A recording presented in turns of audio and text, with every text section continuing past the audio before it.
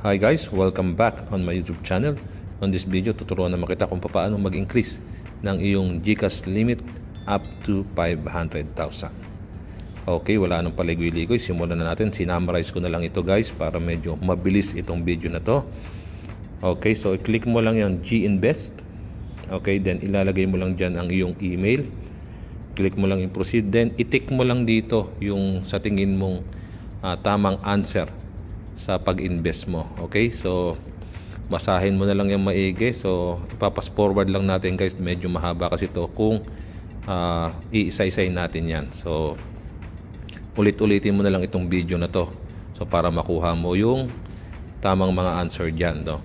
So click mo lang siyang next. Okay, and then click mo lang yan, pinaka-importante, I'm not a US citizen. Okay, then pwede mo namang i-review yung mga answer mo, and then kung hindi ka satisfied sa naging answer mo, pwede mo naman yang i-edit ulit. Okay, then click mo lang yung I certify. Then if you have time, basahin mo yung agreement. Okay, then click mo lang yung next. Now makaka-receive ka niyan ng email, okay, doon sa na inilagay mo, okay, na galing sa GCash.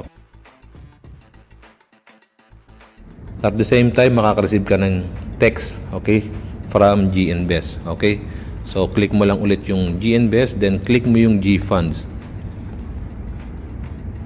Now i-click mo lang naman dito yung invest. Merong magiging suitable, kumbaga isasuggest sa'yo ang GInvest na suitable lang para sa'yo. Okay, so click mo lang yan,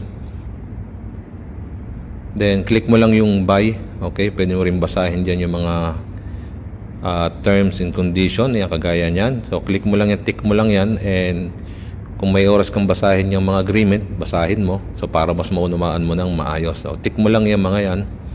Okay, so basahin mo lang yan, yung risk disclosure also, then tick lang ulit, and then yung declaration of trust. Okay, so if you have time to read it kasi hindi na natin siya, i-summarize na lang natin, masyadong mahaba. So click mo lang yung proceed,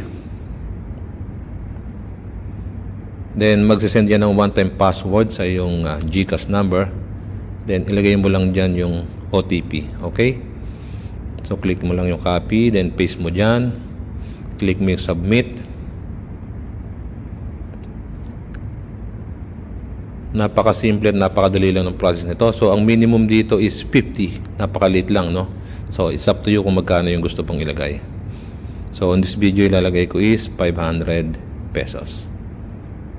So click mo lang yung next.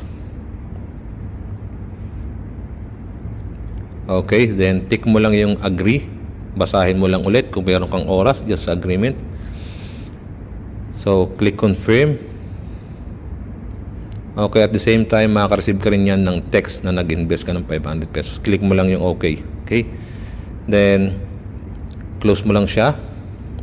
Magre-reflect yan after couple of days. Okay, then after few days, makaka-receive ka ng text from GCash na na-increase na ang iyong monthly wallet limit up to 500,000 pesos. So ganun lang kadalay guys.